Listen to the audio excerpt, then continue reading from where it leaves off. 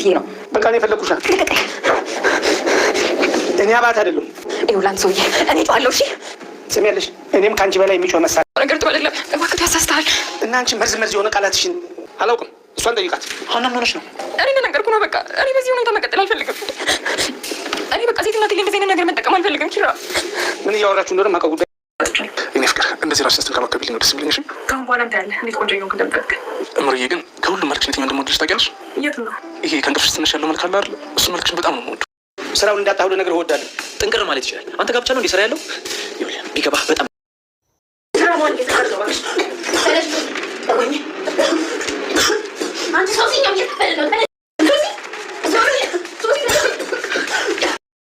ጽናትን እየተከታተለች የምትገኘው ሶሲ ዛሬም ላይ እየማገጠችብህ ነው፣ ደርባባሃለች በማለት ለኪራ ብትናገርም ኪራ ግን ሊሰማት ፈቃደኛ አይደለም። ስለ ሚስቴ አንዳችም ነገር እንዳትናገሪ ልሰማሽ አልችልም በማለት ነበረ ጥሏት የሄደው።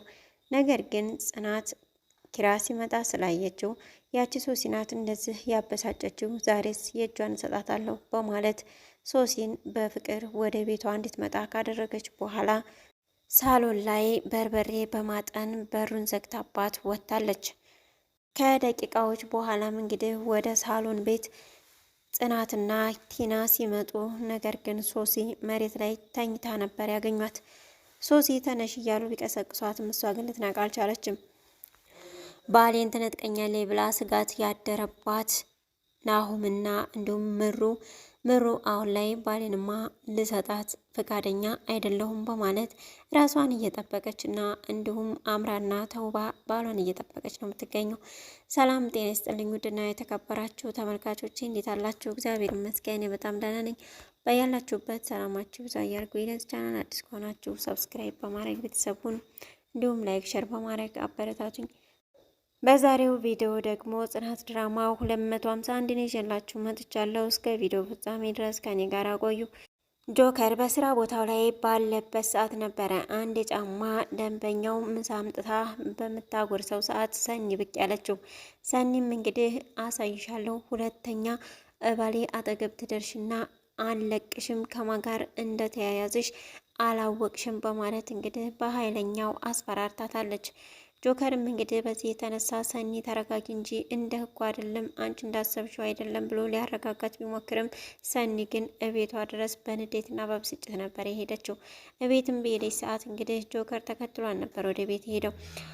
እባክሽን እንዳስረዳሽ ፍቀጅልኝ፣ ምንም ያደረግነው ነገር የለም፣ ካለ ዛሬም አላቃትም፣ ጫማ ሰፋልኝ ብላ ሰፋሁላት። ከዛም የምከፍለው ስለሌላት ምሳ ላምጣና እዚህ እንብላ በማለት ምሳ መጣች፣ በላን። ከዛ ውጪ ምንም የሆነ ነገር የለም አላቃትም በማለት ሊያስረዳት ቢሞክርም ሰኒ ግን በፍጹም እንዴት እንደዚህ ይሆናል? አንተ የኔ ብቻ ነህ፣ ማናት እሷ አንተን የምታጎርስህ? በማለት እልህ ትናገረዋለች።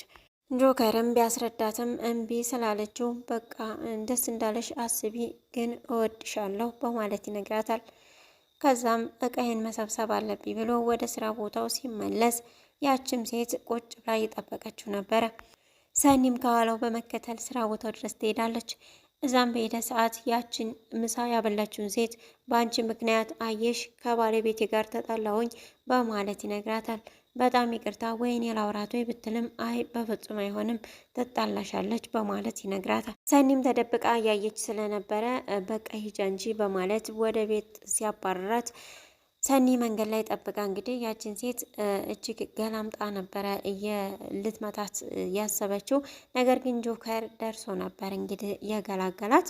ምንም ሳላደርጋት መጣህ እኮ እንዴት ፈጥነን የደረስክላት በማለትም እንግዲህ መቶ ስለገላገላቸውም ጆከር ላይ ተቆጥታ ነበረ። እመኚ እሺ፣ ከዚህ በኋላ እሱ የኔ ብቻ ነው፣ የኔ ባል ነው፣ እንደውም ሰፈሩ ሁሉ ይስማኝ ያለች እንግዲህ በጩኸት ነበረ የተናገረችው። ከሷ ቀጠል ብሎ እንግዲህ ጆከርም ሰኒ ከዚህ በኋላ የኔ ሚስት ናት፣ ማንም እንዳያይብኝ፣ እኔም ሁለተኛ ሴት አጠገቤ እንዳደርሽ በማለት ነበር እንግዲህ በዚህ ቃላት የተታረቁት። አቶ አባተም እንግዲህ ወደ ቢሮ በመምጣት ዛሬም ሀናን ለማናገር ሞክሮ ነበረ። ሀና ግን በፍጹም እሱን ልታናግረው ፈቃደኛ አይደለችም። አቶ አባተ ግን በገንዘቡና በሀብቱ እንዲሁም ደግሞ ጭራሽ ሽጉጥ አውጥቶ ነበር ሲያስፈራራት የነበረው። እሷ ግን አሁንም መሸነፍን አልወደደችም እና ወይኔ ድረሱልኝ በማለት በመጮህ እንግዲህ ኪሩቤልና እንዲሁም ኪራ እንዲደርሱላት ሆኗል። ምን ሆነች ነው በማለትም ይጠይቋታል። ከዚህ በኋላ እኔ በዚህ ነገር ከሆነ እንደውም አልሰራም፣ በቃ እኔ ብሰናበት ይሻለኛል በማለት ነው እንግዲህ የተናገረችው። እኔ እንደ ሌሎቹ ሴቶች አይደለሁኝም፣ ስለዚህ እባክን እንደዚህ አይነት ሀሳብ ግን ተው በማለት ትናገራለች። አቶ አባተም እንግዲህ ከኪራ ጋር ቢሮ ቁጭ ብለው ሲያወሩ ነበረ። እሷ እንደ ሌሎቹ ሴቶች አይደለችም፣ ስለዚህ ስራዋን ትስራበት፣ በሰላም እንስራ በማለት ጠይቆ ነበረ። አባተም እንግዲህ እንዴት እንደዚህ ትናገረኛለህ? አንተ ልትመክረኝ ነው ወይ በማለት እንግዲህ ወደ ኪራ እጁን ይቀስራል። ኪራም አዎ አንዳንድ ጊዜ እኮ የእድሜ ትልቅነት ሳይሆን የጭንቅላት ማነስም አለ፣ ስለዚህ ካጠፋህ እመክርሃለሁ በማለት ይነግረዋል። ታያለህ ይሄ ድርጅት ያለኔ መንቀሳቀሱን ታያለህ በማለት እንግዲህ አቶ አባተም ዝቶበት ነው የሄደው። ኪራም በዚህ ብስጭት እጅግ ተበሳጭቶ ነበረ። እንግዲህ በአንተ ከሆነ እናያለን፣ እኔ በስራዬና እንዲሁም ደግሞ በፈጣሪ ቸርነት ነው በማለትም መልሶለታል። ኪራና ክሩቤልም ደግሞ የኪያ ፍቅር ላይ አሁን መጣላቷ ከፍቅረኛዋ ጋር አሳስቧቸዋል። አሁን ሄደን መጠየቅ አለብን፣ ምክንያቱም እኛ ለእሷ እንደምንጨነቅላትና እንደምናስብላት እንዲሁም ደግሞ ከጎኗ እንዳለን ማወቅ አለባት። አሁን ዝም የምንላ ከሆነ አይታወቅም፣ እኔ ማንም ስለሌለኝ ነው ብላ ሊከፋት ይችላል በማለት እንግዲህ ክብሮምን የወንድምነት ምክሩን ለመግለጽ ወደ እህታቸው ጋር ለመሄድ ወስነዋል። በሌላ በኩል ደግሞ ናቲና ቲና ፍቅር ላይ ሳይገቡ አይቀሩም። ፍቅር ይዞኛል በማለት እንግዲህ ለቅዱስ ነግሮታል። ቅዱስም እንግዲህ እንዴት እንደዛ ሊሆን ቻለ በማለት ጠይቆት ነበረ። በቃ አላቅም፣ ግን በላይም በታችም አድርጌ በቃ እነሱ ቤት መግባት ነው የምፈልገው በማለት ይነግረዋል። ፍቅረኛዋ የበፊት ፍቅረኛዋ አሁን ላይ እየመጣ እዛ ቤትም እየሄደ እየጠየቃት ስለሆነ ቲናን ምናልባት እሱ ታገኘ አይለቅም እያለ ቢያስፈራረውም እሱ ግን አይ አልችልም፣ በላይም ዞር ቢሆን በታችም ተሽከርክሬ ብቻ ቤት መድረሴ ነው የምፈልገው፣ እቤት እሄዳለሁ በማለት እንግዲህ ቲና ፍቅር እንደያዘው ተናግሯል። ኪራንና ጽናትን ለመለያየት እንግዲህ ጉድጓድ እየቆፈረች የምትገኘው ሶሲ ከብዙ ጊዜ በኋላ ተመልሻለሁ፣ ራሴን በትክክለኛ መንገድ እየመራው ነው፣ ተለውጫለሁ፣ የድሮ ክፉዋ አይደለሁም በማለት ብትነግራቸውም ነገር ግን እነሱ ሊያምኗት ፈቃደኛ አይደሉም። እንዲሁም ጽናትን እየተከታተለቻት ሁሉ ነበረ። ነገር ግን ኪራ ሊያደምጣት እንዲሁም ደግሞ ጆሮ ሊሰጣት ፈቃደኛ አይደለም። ኪራም እንግዲህ እኔ ጋር እናቷ የላከችው ብር አለ፣ እሱን ሰጥቻት መጣለሁ ላስተላልፍላት በማለት ከቤት ይወጣል።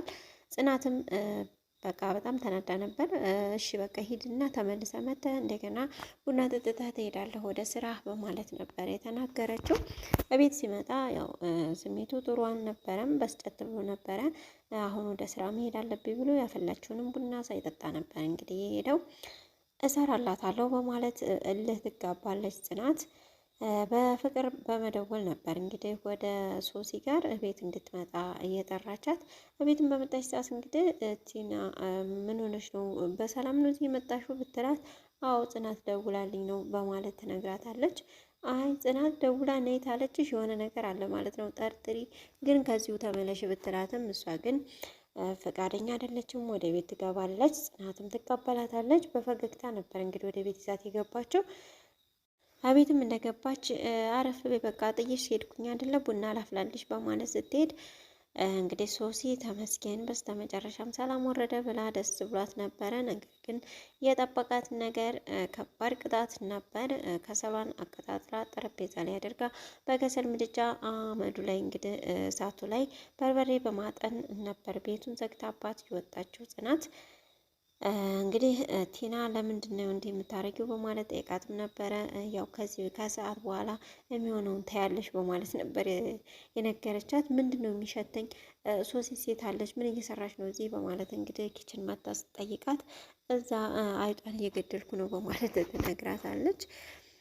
እንግዲህ ምንድን ነው ብለው ወደ ውስጥ ሲገቡ ያው ሶሲ ሳሎን ላይ ተኝታ ነበረ ያገኘት። ቢጠሯትም እንግዲህ ቢቀሰቅሷትም ልትነቃ አልቻለችም። እንዲሁም ደግሞ ቲናም ቀጠል ብላ እዛው ወድቃ ነበር። ቲና ግን ቀደም ብላ ለነ ቅዱስ ስለደወለች እነ ቅዱስ ወደ ቤት እየመጡ ነበረ። ጽናት እዛው እየተንፈራፈረች እየጠራቻቸው ነበር። እነሱ ግን ሊሰሟት ፈቃደኛ አይደሉም። በኋላ ግን ምናልባት እነ ቅዱስ መጥተው ያድኗቸው ይችላሉ። በቀጣይ ቪዲዮም እንደሚከሰት የምናየው ይሆናል። እስካሁን አብራችሁ ስለቆያችሁ እጅግ በጣም አመሰግናለሁ። በያላችሁበት ሰላማችሁ ይብዛ። ሰላም ለሀገራችን፣ ሰላም ለሕዝባችን።